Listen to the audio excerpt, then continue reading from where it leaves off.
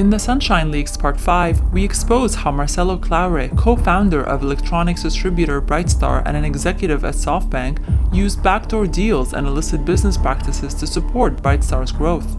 The final two segments of the Sunshine Leaks expose how Claure leverages his position at SoftBank for personal gain, including via influence peddling of public officials.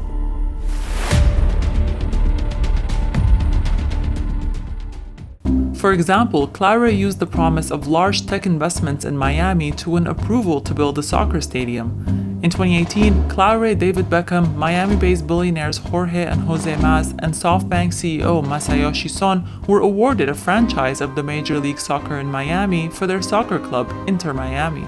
For the team to formally become a franchise of the Major League Soccer, a stadium had to first be approved in Florida.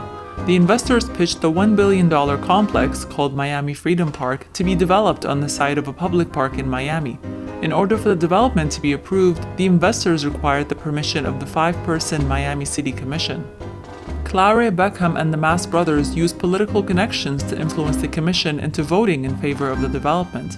As a result, a complaint was filed against them in October 2018 with the Miami-Dade Commission on Ethics and Public Trust for unregistered lobbying and attempting to use their positions to influence the vote. Claure was accused of lobbying Miami Mayor Francis Suarez in a Twitter exchange dated 3 February 2018, 4 days after the franchising of Inter Miami was announced.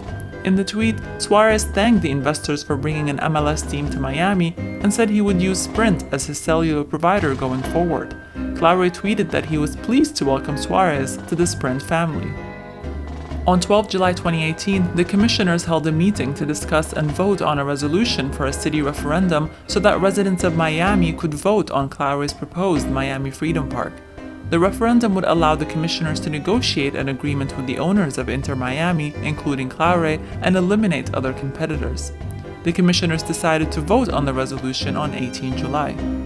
On 11 July 2018, 1 week before the vote, Claure messaged Commissioner Ken Russell, introducing himself as CEO of Sprint and SoftBank, and promised some big tech plans for Miami that he'd like to discuss on a call later that day. Russell, considered the swing vote, did indeed support Claure by voting in favor of holding a referendum the following November.